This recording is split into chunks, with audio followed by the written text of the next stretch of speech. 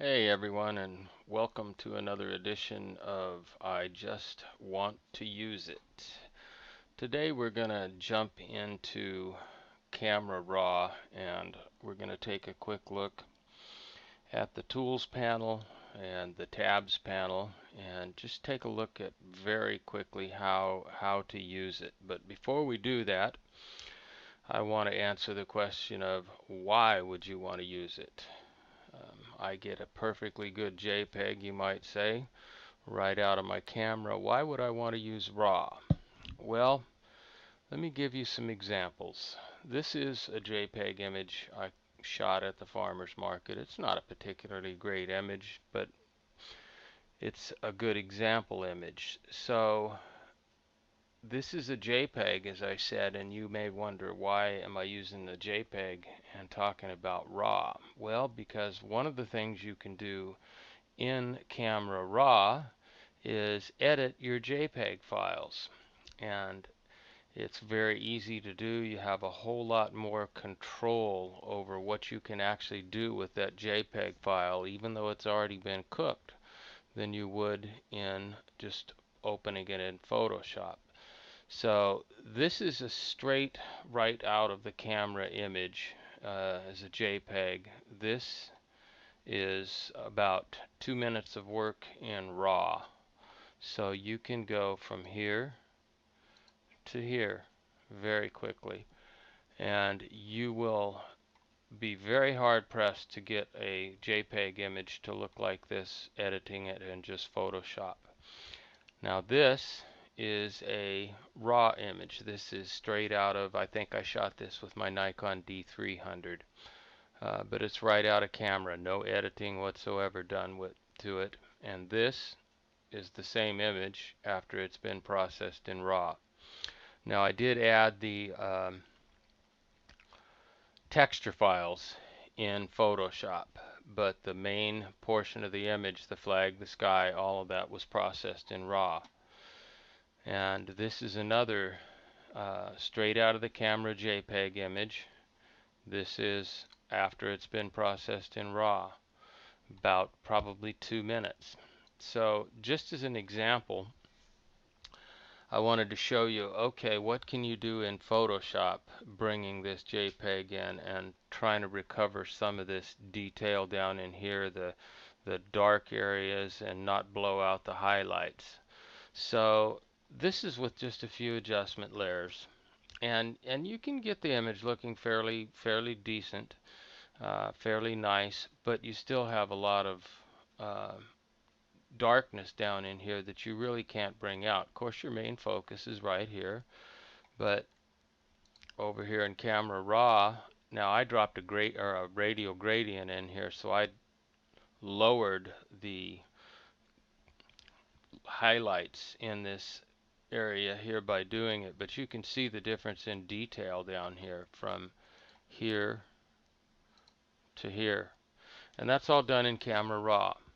So I'm going to show you real quick how you would open a JPEG image in RAW. So this is Bridge right here that I just drug over, and I've been working out of Bridge and not Lightroom just for the benefit of these tutorials. So here I have a combination of JPEG and RAW NEFs because I'm shooting a Nikon images. So if I wanted to open this JPEG in Camera Raw, Adobe Camera Raw, all I need to do is right click on that image, and I'll get this dialog box right here. It says open in Camera Raw. Now I'm not going to do that because I don't really want to open that image right now. What I want to do is work with a raw image when I introduce you to the tools and panels, but I wanted you to see how you would do that. So it's very simple. Just right click and click your dialog box. It says open in Camera Raw. So what I'm going to do now, well, first of all, I want to correct one thing that I lied to you about in the last video that I did, and that was about unlocking layers. And I had you go up here and unlock them up here. That's because I'd already unlocked this layer. If you bring an image in straight from your camera, this is what it's going to look like. It's going to have this background layer locked, and all of this is going to be grayed out because it's a background layer, and you can't do any of your blend modes or anything with a background layer. So to turn it into a regular layer, the easiest, quickest way is to hold down your Alt key, click on this little lock right here, boom. It's now a background layer. You have unlocked that layer. Okay, so now let's take this image right here, and I have just opened that up in Camera Raw. Now you see all this red stuff over here, and you're probably asking yourself, what in the world is that? Well, these two little buttons up here are your clipping warnings. If I turn that off, it won't tell me where my highlights or shadows are clipped.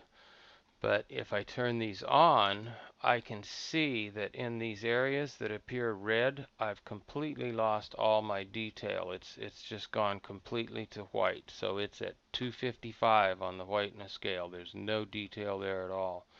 And the same thing with the blacks. If I turn this on, you would be able to see how that goes blue. Everything turns blue. Well, because of the way I've adjusted this, sliding the black slider over there, in all those areas I've lost all my detail. So you can turn these on, turn them off however you want. You can adjust your image and then flip them back on just to see if you've got any clipping. I'm going to leave them off for right now just because it's a little bit distracting. And so what we're going to do now is just work through real quick what you have right here in the adjustment tabs, the image adjustment tabs, and what you have in your tool panel. And we're not going to go into a lot of depth about what they are. We'll approach that in another video. But I just want to introduce you to this. And as I go along, I'll introduce you to a few shortcuts. So if you take your mouse and you hover over this first little tab, it looks like a shutter. It will give you a little name there, gives you a hint about what it is, same thing as it does in tools and everything in Photoshop. And this is just your basic adjustment panel, and here you have all of these different adjustments that you can do. Over here is your tone curve. This is basically a same thing as curves in Photoshop, and you can adjust your curve however you want to add more contrast. You've got channels. You can work on the red channel. So if I wanted just to adjust my reds, you can actually use this to color balance. I can do this in this panel. Okay, if I don't like that adjustment, grab that little layer, flip it out to the side. Okay, so I've got a curves adjustment here. I don't like it. It's gone. Okay, so you've also got some presets that you can use in here. So you can choose your own adjustments, or you can make your own presets. Right here we have the sharpening panel. This allows you to sharpen the image. In order to really see what's going on there, you need to zoom in, which I did by having this zoom tool selected, and then I just drew a little box. That'll zoom in tighter. If you want to go out to a regular view, you can just double click on that hand tool, and it'll take you right back to your fit in window view. But here you can sharpen your image, and say I bring in some sharpening in here. You need to get uptight to be able to see it. And then a lot of times what sharpening will do is start to introduce artifacts. Masking will take those areas that are supposed to stay smooth and keep them smooth while applying the sharpening to the edges. So it's hard to see the difference in this image, but that's what it does. Now, if I want to reset those tools, this is a little shortcut for you. So I don't like what I've done. I don't remember where they were, but I want to get them back to where the factory setting, so to speak, is. Just take your mouse, hover over there, double click.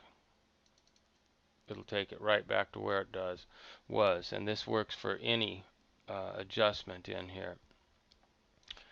Next we have hue, saturation, and lightness. All these sliders will adjust hue. Over here they will adjust saturation. So if I wanted to drop my yellows out, reduce my saturation, there you go. Now I'm going to take it back to fit in the view. I'm going to go up to my hand tool and double click. So, and there's luminance, which will adjust how your brightness factors. See how that affects, I'm playing with the yellows. See how that affects that? And there's my greens. Okay, if I wanted to really make my greens look a little better, I'd probably come in and I'd add some saturation in here, and then I might play with my luminance a little bit. Okay, and if I didn't like that, once again, reset them. Over here is probably one of the most important panels you have in here. This is lens corrections. And I always start out with profile, and if you click this button right here, it should find the lens that you have shot this picture with, and it will correct any distortion that you have. See how it automatically fixes that? Then over here with color, you have the ability to check this and remove chromatic aberration, and you can adjust the amounts right here. Okay, and you can adjust the range of the greens that'll be removed here. Same thing with the purples. And we'll get into what chromatic aberration is later on. For now, I just want you to be aware of it. This is a powerful new feature that has just been introduced fairly recently called upright. Now, I'm not going to use it because you wouldn't be able to see it on this image, but on an image where you have a horizon line or vertical buildings, especially, this is just an amazingly powerful tool. FX is something I never use, and what this does, it's kind of cool because it allows you to actually introduce a vignette, okay, into your image. You can go dark, okay, or you can go light. You can set the midpoints and adjust how that is. But the reason I never use this tool is I do all of this in once I've been in Photoshop and adjusted the image the way I like it, then I use Camera Raw as a filter from Photoshop, and I go in and I add my vignettes. Now, this is a great place to probably start.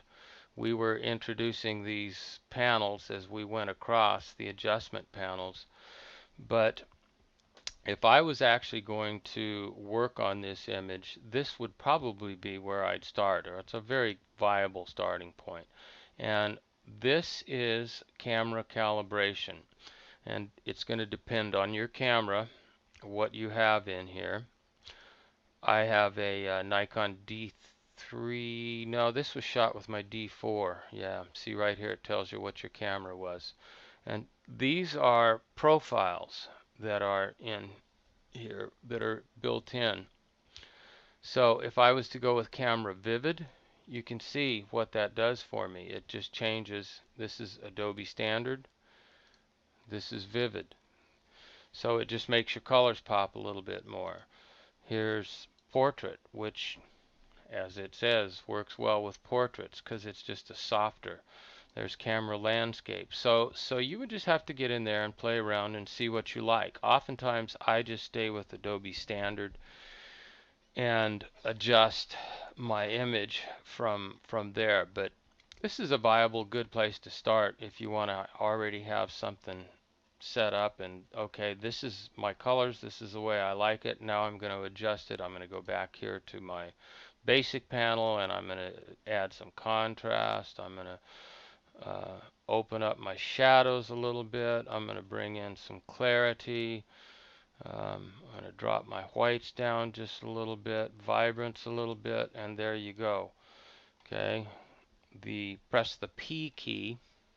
It'll give you a before and an after. That's before, that's after. That's with one click over here in my camera profile and some very quick adjustments right over here.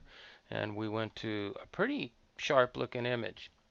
Now, if I wanted to take that image a little bit further, what I'd probably do is I'd go over here to my HSL panel, and I would probably bring these magentas up a little bit. Okay, so I would add a little bit of saturation in there in the purples. I might touch my greens a little bit. I'd come over here to my luminance, and if I add luminance to my colors, it washes them out. It makes them brighter, but it kind of washes them out. So I might drop the luminance down on that, down on my blues. See how it's affecting these blues in here when I drop that luminance down. And then I would come in here and I would fix that issue right there, which I'm not going to go in there and show you how to fix that right now because we don't have enough time. I'm trying to keep these videos fairly short so that they're easier to watch. But that gives you a basic idea of the adjustment tabs that you have over here. Now, I'm not really going to get into these tools today. I think we'll have to do that on a different video, but I want to show you this one. This is probably one of my favorite new tools that Adobe has added. It's the radial filter, and it does something similar to a vignette, only it's a lot more flexible. And once again, this is a tool that I only use. I would probably never use that in Camera Raw here. I would use it from Photoshop in Camera Raw as a filter and as a finishing touch. But I just want to show you what it does right here. So when you click on this, it pops up this whole adjustment panel, and you'll notice down here you have some things that you don't have on your basic adjustment panel. So your basic adjustment panel and everything's gone away here.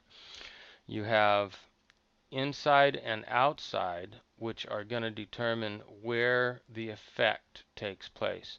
Now I'm going to click outside because what I want to do is I'm going to draw a radial gradient, or not radial gradient in here, but a circle in here, a radial circle in here for this filter that highlights this sunflower and drops this other stuff out. Okay, I already had a clarity adjustment. Double click that, we'll bring it back to 0. Double click exposure, sets it all 0. Now you have already chosen this tool. It won't do anything until you click and start to draw. Now if I hold down my space bar while I have that selected, I can move it around. I can shape this any way that I want by dragging it. Once I let go, there's my center. I can move it around by grabbing that or just anywhere in the circle.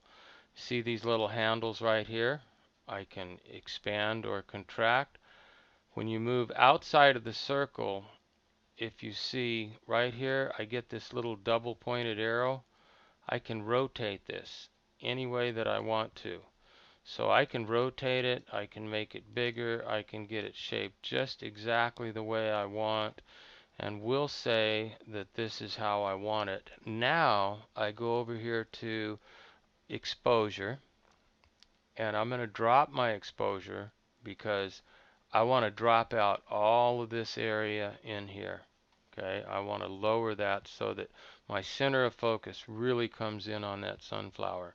So I just drop that exposure. Now all of these other tools here are available to you to use with this filter. For instance, I could add contrast and see how adding contrast makes that even darker. I could change my highlights. I could change the saturation. Okay, notice how I desaturate all that out there by dropping the saturation out, but my flower stays. Now, this brings up an interesting point, and it's a good example for you to see this next tool right down here, feather, this next adjustment you can make. Because if you see, we desaturated this image over here, or this portion of the image, and it's bleeding into this one. Why is that? Well, it's because of our feather setting. Okay, if I was the further over to the left I make it, I get very hard edges. This would look horrible, but you can see that how right here at this edge, I've got just a real hard edge. My color's coming in 100% there. I've got no color over here. Okay, the more I move this toward the right, the more that adjustment that I've made in there feathers out so that it's not hard and it's not drastic. Now, I would never do this with my saturation like that, but it gives you a very good idea of how this feather setting works.